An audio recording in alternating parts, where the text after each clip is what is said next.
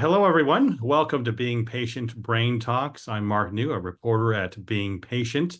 Today, we're going to talk with Dasha Kiper, who is the Consulting Clinical Director of Support Groups at an Alzheimer's organization and has a master's in clinical psychology from Columbia University. She works with dementia patients and caregivers and has just written the book, Travelers to Unimaginable Lands, Stories of Dementia, the Caregiver, and the Human Brain. Dasha, thank you much for joining us. Thank you so much for having me. I read your book, fascinating book. It resonates with me very much. My own mother also has early stage Alzheimer's. So when you open up this book, there's a little bit of nerves, like, should I delve into this or not? But once you get in there, you learn so much that you're glad you sort of took that step into finding more about something that we all don't know a lot about, but it makes you feel more comfortable. Oh, that's the nicest thing to hear. Thank you for saying that. So first of all, let's begin with you have experience being a caregiver yourself and working with caregivers of dementia and navigating the unimaginable territory, as you call it. Can you tell us about that experience? Yeah, I really wanted to have kind of I was studying pathology and clinical psychology, but I was mostly doing research and I was so craving kind of a person interaction, which I wasn't getting any of. And I mentioned this to a friend and he said, "Oh, I have this man who has memory loss and his son is desperately looking for someone."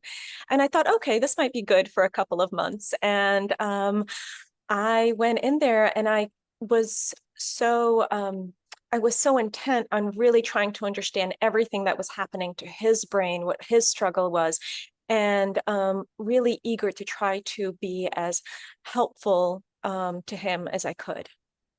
And then these experiences, accumulate these various experiences that can be somewhat, traumatic experiences to even see and experience. Why did you feel the need then to write this book? Yeah, when I was taking care of this gentleman in the Bronx, I compulsively began to read all the literature there was. How do you communicate with somebody who has dementia, understanding what's happening to their brain? And as I poured through all the literature, what I noticed is that my brain was also becoming more and more affected, and I didn't see that reflected in the literature.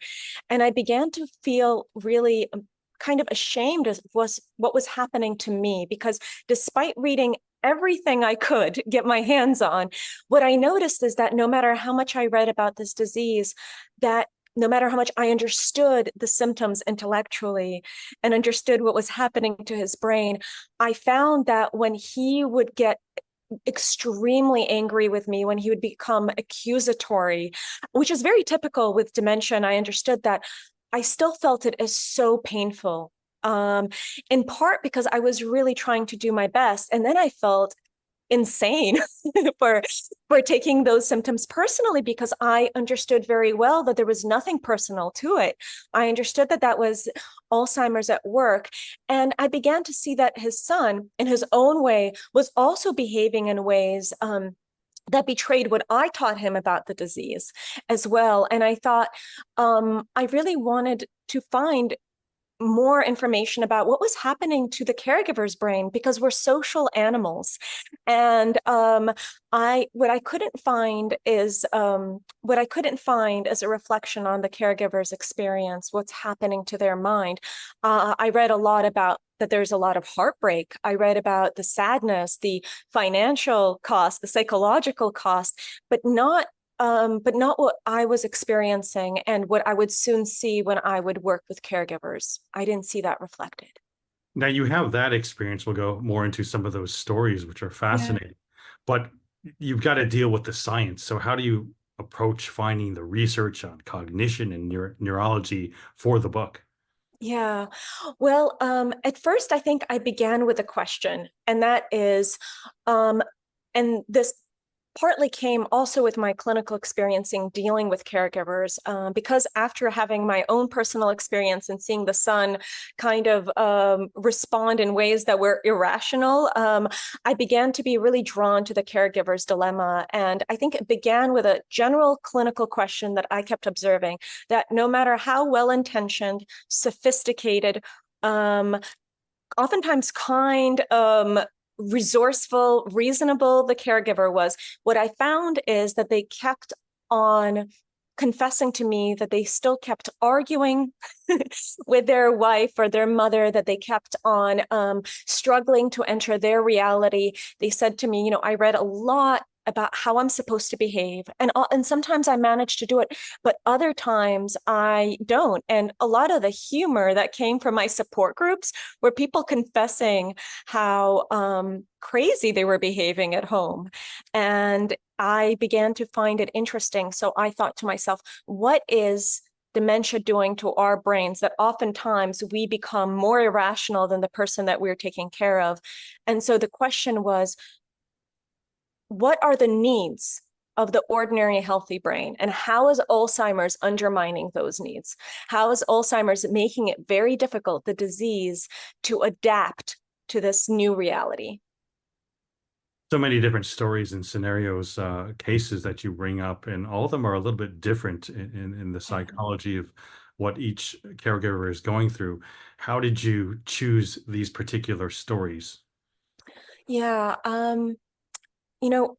I spoke to so many caregivers. I wanted to make sure that the stories were varied enough that they would give access to different questions. Because in my chapters, every chapter is broken down to different themes that I've seen caregivers struggle with. Why do we take symptoms so personally? Why do we argue? Why is it so hard to remember that it's their brain that's acting up? Why is it so hard to stop blaming them, even though we know that the disease is culpable? So I tried to find those stories that reflected those big questions that I saw that were universal when I spoke to caregivers.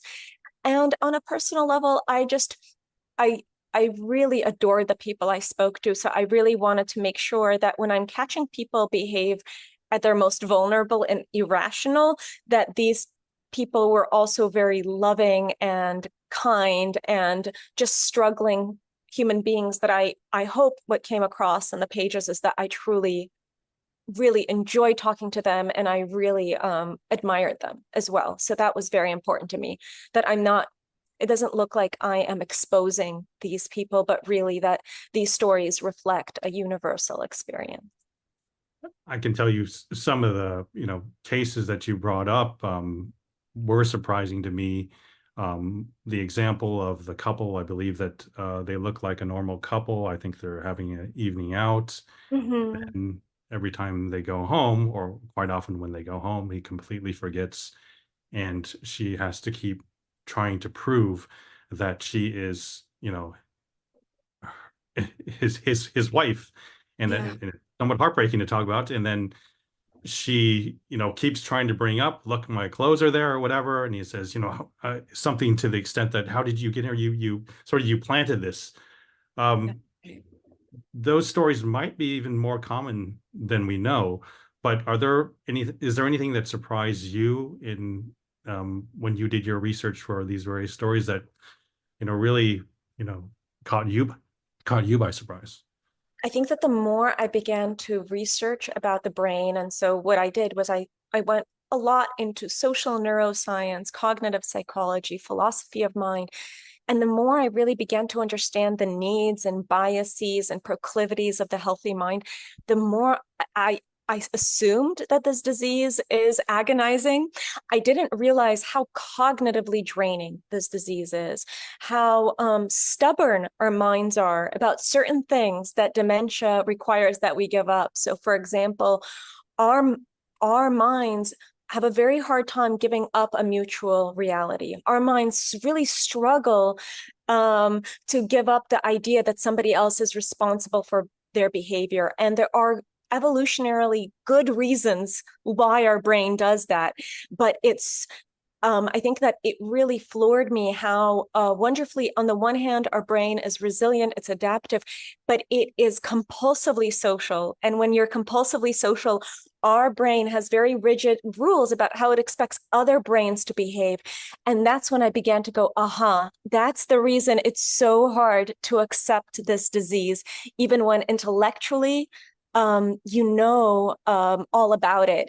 And our brain is just so committed to connections with other human beings. It began to really, I really began to understand why it's so hard for caregivers you know, to accept it. And it's not because caregivers are mean or stubborn or rigid. It's because our brain has needs too. And I think it's very easy to forget that because we're so consumed about the needs of the, of the sick brain, of the struggling brain, of the brain that has the disorder. We assume that we can do anything. And that's just, I really found that that's just not the case. Something I struggle with at an earlier stage of Alzheimer's with my mom is this idea, and I think it's also brought up in your book of, do I need to try to prove to my mother that you indeed are forgetting things and you are sick, you have this, or is it better to just help her out, continue, getting these spam emails, keep having to point out, this is not real, this is real. See, I told you this yesterday. Is Yeah. there a point, or is there an answer to this? Should I make it clear to them that they are not well, or Mm-hmm. whether to not disturb them and upset them and just accept Yeah. it and continue on? I mean, it may depend on various degrees of what stage people are at, correct? Yeah. I mean, this is such a fraught ethical question too, because at what point do you start lying to your mom? And that's already a threshold. I think people forget that it's a very difficult thing. It puts caregivers in this moral dilemma. When do I start lying to my mom? When do I start going against her needs? Right? Let's say she says, I don't want anybody in the house. When do you feel like the concerns for safety override what she wants?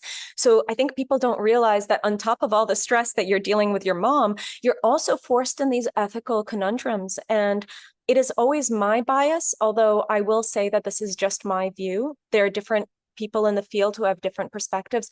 I think that at a certain point, for the sake of both the caregiver and the person dealing with dementia, that our objective should be shielding their self-image. Because I think that what I've noticed is that no matter how much the cognition declines, a person's self-image actually persists. And I think that we should be very keen on preserving it. So if we find that the person is just not accepting this disease, I think that for everybody's well-being, that the ideal thing is to not confront them with this disease, because I feel that they cannot handle it and it puts too much of a burden on both parties. I say that to you, but that's a very difficult thing to actually execute, because your instincts are like, no, mom, we went through this. You have a problem. I'm here to help. Right? Because you want her to accept your help. You want her to understand where you're coming from. And all that requires is her understanding that she has a problem. Yeah. Yeah, I think I have one of those passages that relates exactly to that from your book. If I could read it, you could comment that, because I thought it was really well written. Says on page 157, so when do we need to accept that a parent, spouse, or friend is no longer morally accountable, that someone is no longer a person to be trusted to choose the right thing? It's an ethical dilemma bound to haunt caregivers, and explains why in many cases caregivers wait too long before taking away driving privileges or attaching a tracking device or bringing an aid into the house. Safety matters, of course, but so does a person's integrity, which is tied to a feeling of autonomy. But in dealing with the disease, there is rarely a clear divide between right and wrong. There are only trade-offs. Yeah. Exactly what we were talking about, right? Right. Yeah. And this is the reason I'm so loath to tell caregivers what to do, even though they oftentimes desperately want the answer. And I think it's the ambiguity in this disease that's so hard, because I could tell you that, who am I to say when it's right for you emotionally to start lying to your mom, right? And the tricky thing is oftentimes your parents, they taught you right from wrong. They gave you these moral tenets to live by. And sometimes dealing with them effectively with dementia means betraying the very things they taught you when it comes to human decency. And still, even when, and with parents also, they might be enfeebled in many ways, but they could be still very intimidating. They could still loom large, no matter how old you get. So to go against their wishes is really daunting. I think people don't realize how intimidating somebody can still be, no matter what stage they are in their dementia decline. What other things would you like caregivers to know? Boy, so many things. I wish that more than anything, once they read this book and they understand, but there's been so much attention paid to the brain of what the person living with dementia is going through. What I really hope that they get through in reading this book is the more they understand the human brain and how we've evolved to interact with other human beings, that when they begin to see their own behavior, that maybe, when they're arguing or when they're behaving in ways that they probably shouldn't, that they could give themselves a little bit of compassion and they could give themselves a little bit of forgiveness to say, oh, I'm reacting in a very human manner, that most people are struggling to do this, that dealing with this disease is not just sad, it's not just financially costly, it's cognitively draining, and it's morally oftentimes impossible. That there are no right ways to behave. As I said, there are trade-offs, and it's never going to feel good. You're never going to feel like you're doing the right thing. You're always going to be haunted by guilt, because this disease is going to make you feel that no matter what you choose to do, it's never quite right or good enough. And that's because of the disease. It's not because of anything that you're doing that's wrong. Okay, we've actually got a question now. I want a question from Malia. In Travelers to Unimaginable Lands, Dasha sheds light on how the problems, ways of interacting that characterize relationships between a husband and wife, mom and daughter, etc., before Alzheimer's affected one of them are magnified afterwards. I find lifelong personality struggles were also magnified between my sister and me as we tried to share care of our father after he got dementia. Ooh, yeah. Oh, I hear you. This is such a major issue in support groups too. And I mean, on top of all the hardships, there's also the strain on family dynamics. And what I find is that oftentimes the person who has dementia, not only are their personalities and challenging behaviors amplified, but also the family roles also become amplified. The person who is most likely to be the caregiver becomes even more consumed by this task. People have different positions on what should happen. And I think that it's very, very hard to navigate. It's very hard to navigate these family dynamics, especially when you're making these difficult decisions with others in mind. And the tricky thing is both parties could be completely right, and they can both disagree strongly with one another. I think we got some more questions coming up. Hang on a second. Anyway. Also, what, after reading this book, what do you hope readers actually learn, about dementia and the brain? I would like them to learn that people who have dementia, I think that maybe in the media, people who have dementia are oftentimes portrayed as very passive in the very, very late stages, as completely helpless. What I want them to understand is that the reason you're being tortured by your family is because they're not that helpless. The brain is very complex. Yes, there's a disease that's making it very hard for them to do various things like follow instructions, and maybe they can't remember, but they could still be emotionally and cognitively shockingly nuanced in certain ways. And so I think they're still capable of driving you crazy, because they do have so many of their old abilities, so many unconscious processes are not necessarily erased because of this disease. So when people tell you, oh, that's just the disease, it's not your mom, I would like you to take them with a grain of salt, because you know that there are many parts of your mom that are still there, and they're still could be as loving and could be as exhausting and irritating and infuriating as you've always known your mom to be. And so I think that the people who have dementia are a lot more complex and a lot more capable than than people give them credit for. And the healthy brain can be as helpless and as irrational and as volatile as the person who has the disease. So this divide that we oftentimes think, you're healthy, so that means you're perfectly capable. You're unhealthy, that means you're completely helpless. I don't believe that is an accurate depiction of what happens. And I believe that's an invalidating description of a caregiver's experience. Right. I'm a writer too, and sometimes we're taught to go toward the pain, but sometimes you really don't want to go there. Oh, yeah.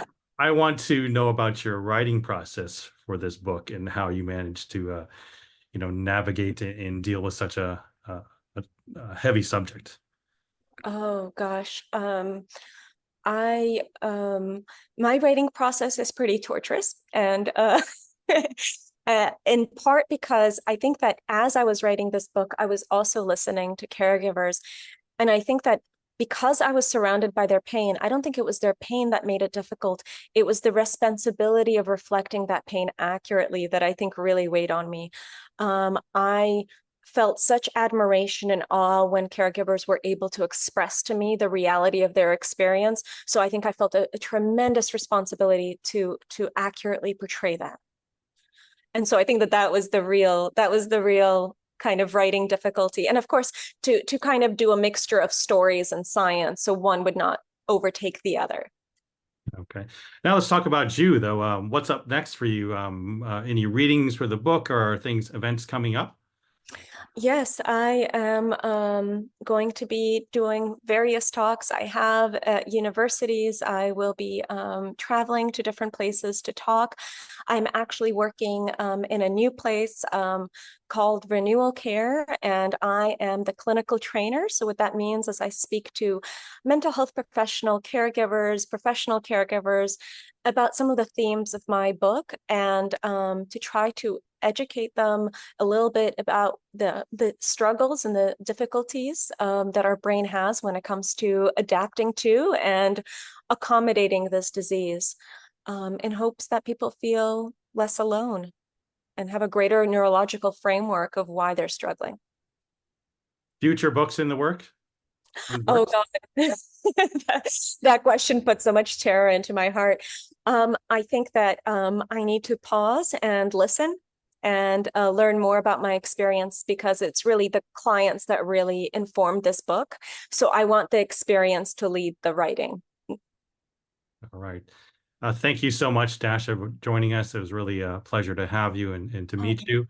And Thank you. also, thanks to our audience for tuning in. And don't forget to sign up for our newsletter on beingpatient.com, where we'll keep you up to date on all the upcoming talks. See you next time. Thanks so much.